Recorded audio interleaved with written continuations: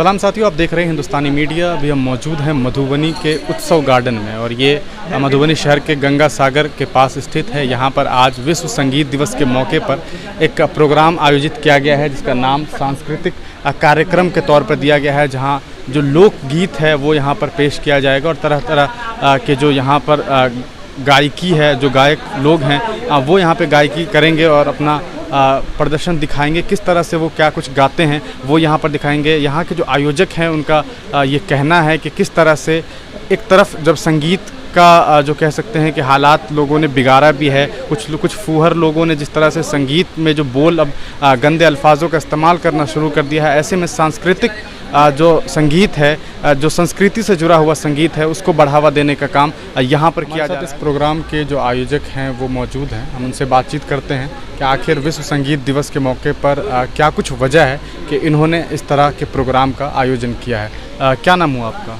मेरा नाम डॉक्टर शिव नारायण मिश्र। शिव नारायण जी, इस प्रोग्राम का खास करके चूँकि आज म्यूजिक दिवस है, ऐसे में लोग अलग अलग तरह की म्यूजिक देश भर में हैं, आपने सांस्कृतिक संगीत की बात रखी है यहाँ पर, क्या कुछ वजह है? विश्व संगीत दिवस आज पूरे दुनिया में मनाया जा रहा है, साथ साथ योगा दिवस भी है।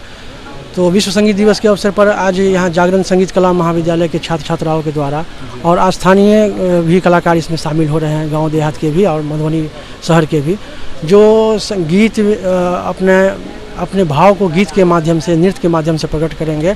और ये शास्त्रीय संगीत, सुगम संगीत, गज़ल, भजन और लोकगीत की प्रस्तुति यहाँ पर होंगे। इसलिए ये चूँकि सारा मिश्रित कार्यक्रम है, इसलिए हम लोग इसका नाम हेडिंग सांस्कृतिक कार्यक्रम रखे हैं, जिसमें सारे प्रकार के कार्यक्रम यहाँ पर आयोजित किए जा रहे हैं।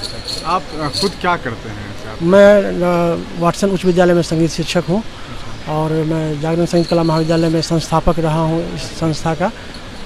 वर्तमान में संगीत का प्रशिक्षण देता हूँ, बच्चों को संगीत सिखाता हूँ। अरे सर, आप संगीत के खुद शिक्षक हैं, आपने खुद देखा है पिछले 20-25 सालों में जो संगीत का रूप रेखा बदला है, खास करके भोजपुरी संगीत आया, फिर रैप करके एक संगीत आया, उसने कहीं ना कहीं संगीत को ठेस भी पहुँचाया है। आपको क्या लगता है? हाँ, कुछ लोग ऐसे हैं जो संगीत को रोजगार के लिए थोड़ा नीचे स्तर पर आ गए हैं। ऐसे गीत भी गा रहे हैं, बजा रहे हैं जो हम अपने परिवार में नहीं सुन पाते हैं। लेकिन कुछ ऐसा तबका है जो क्लासिकल संगीत सुनते हैं, शास्त्रीय संगीत।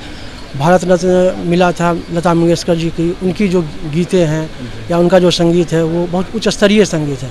तो हम लोग शास्त्रीय संगीत को प्राथमिकता देते हैं और गज़ल, भजन, सुगम संगीत को प्राथमिकता देते हैं। ये फूहर लोकगीत जो है सो निम्न तबके के कुछ लोग के द्वारा ये संगीत इसके लिए बदनाम हो रहा है। लेकिन जो संगीत के अच्छे साधक होते हैं वो उच्च स्तर पर जाते हैं, उनकी बहुत ऊंची पूंछ होती है।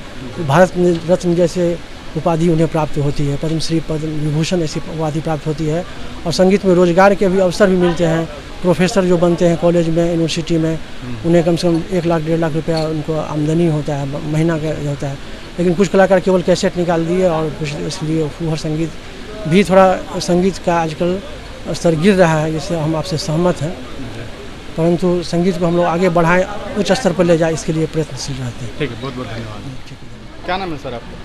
हमार नाम थी नीलाम्बर मिश्र। क्या करते हैं? घर रही का दोसर संगीत विधा, कला विधा से हम 1960 से जुड़ल छी।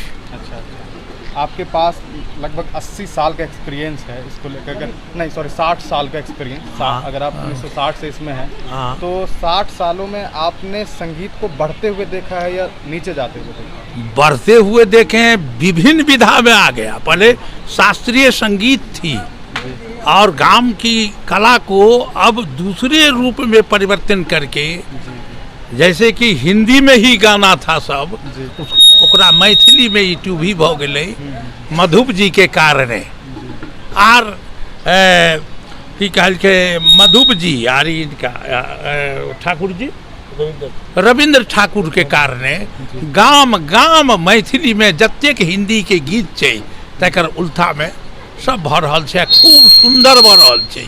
आर कला तो सह छै जे दीप प्रज्वलित करऽ के एकरे में सामर्थ्य छै। मरलो आदमी यदि ओकरा शरीर में जान देवा के छै तो संगीत के माध्यम से ओकरा में जान, प्राण और मानवता के निर्माण करे है संगीत। अरे सर, आपको लगता है क्योंकि ये बिहार है और बिहार कहीं ना कहीं संगीत में इनका बहुत बड़ा रोल रहा है बिहार का, लेकिन अभी जो एक पक्ष है भोजपुरी इंडस्ट्री, कहीं ना कहीं उसने अपनी संगीत के द्वारा बिहार को बदनाम करने की कोशिश की है। और कुछ ऐसे सॉन्ग्स अभी रिलीज़ हुए हैं हाल ही में और कुछ सालों से हो रहे हैं जो कहीं ना कहीं संगीत को लेकर के सवाल खड़ा करता है कि संगीत को बदनाम किया जा रहा है। ये बात सही है। हमारे सांस्कृतिक राष्ट्रवाद का सिद्धांत है हमारे देश मिथिलांचल में और पूरे देश में। सांस्कृतिक राष्ट्रवाद सबसे बड़ा चीज है। आप अपने घर की मर्यादा को मर्यादित में नहीं रख करके उसको उजागर दूसरी रूप में प्रदर्शन करते हैं तो यह संस्कृति का अब रोकन नहीं हो रहा है। ऐना है, समाज का ऐना है। वो ऐना आप संस्कृति के ऐने को आपने परोसे संगीत के माध्यम से, कला के माध्यम से, जिससे मानव में बदलाव आती है। आपके गाने के शोर से भी आदमी में बदलाव होती है। इसलिए स्वच्छता में जाइए, शिक्षा को बढ़ावा देने के लिए जाइए, नए विधा में जाने के लिए जाइए, तो आपको एक संगीत ऐसी माध्यम है जो आदमी को स्पंदन शरीर में करता है, उसके करंट के तरह धारा प्रवाह होता है, जिससे समाज में बदलाव आती है। ठीक है सर, बहुत बहुत शुक्रिया। बदलाव के लिए बहुत जरूरी है बउआ। आप खुद संगीत सिखाती हैं, आपको क्या लगता है कि आज के दौर में जो संगीत का लेवल है वो कहीं ना कहीं कुछ लोग हैं जो संगीत के लेवल को डाउन करते जा रहे हैं, खास करके हमारे यहाँ भोजपुरी इंडस्ट्री है, कुछ रैपर्स आए और उन लोगों ने कहीं ना कहीं जो असभ्य भाषा जिसको कह सकते हैं, जो अमर्यादित भाषा है, और खास करके लड़कियों के ऊपर जो उनकी टिप्पणी रही है तो वो कहीं ना कहीं अशोभनीय रही है। आपको ऐसा लगता है? भाषा दोषी नहीं है, हमारी योग्यता दोषी है। हम जैसा सीखते हैं गलत सीखेंगे गलत दिखाएंगे, सही सीखेंगे सही दिखाएंगे। संगीत को ही अच्छे अच्छे जानकारों ने भी अच्छे तरीके से भी पेश किया है, तो हम क्या दे रहे हैं ये हम पे निर्भर करता है। हम अच्छा देंगे बच्चा अच्छा सीखेगा, हम गलत देंगे गलत सीखेगा। तो हमेशा उससे बचने के लिए हमको करना होगा कि गलत चीज अच्छे चीज को बढ़ावा देना होगा, अच्छे संगीत की ओर जाना होगा, भाषा का सही उपयोग करना होगा। अच्छा, आपको लगता है कि जो अक्सर आप सुनते होइएगा मूवीज़ वगैरह के लिए सेंसर बोर्ड होता है जो मूवी के सीन्स को पहले देखता है, अगर कोई सीन उसकी अच्छी नहीं है तो उसको हटवा देता है। क्या संगीत के लिए भी ऐसा नहीं होना चाहिए कि एक सेंसर बोर्ड हो जो संगीत को देखे कि क्या ये संगीत रिलीज होने लायक भी है या नहीं है? हाँ, ये भी जरूरी है, लेकिन ये जो श्रोता होता है ना उनके पसंद के हिसाब से लोग गीत संगीत तैयार करते हैं। अब ऑडियंस को पसंद है तो मजबूरी है वहाँ से भी बनाना पड़ता है।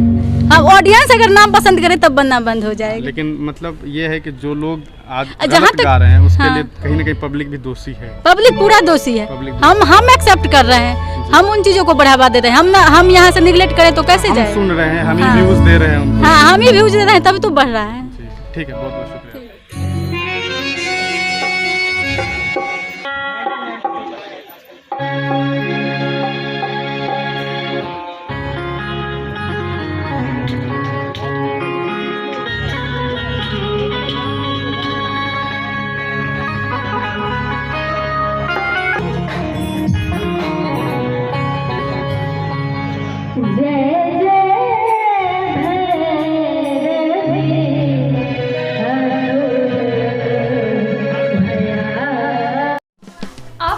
YouTube चैनल हिंदुस्तानी मीडिया को सब्सक्राइब करें।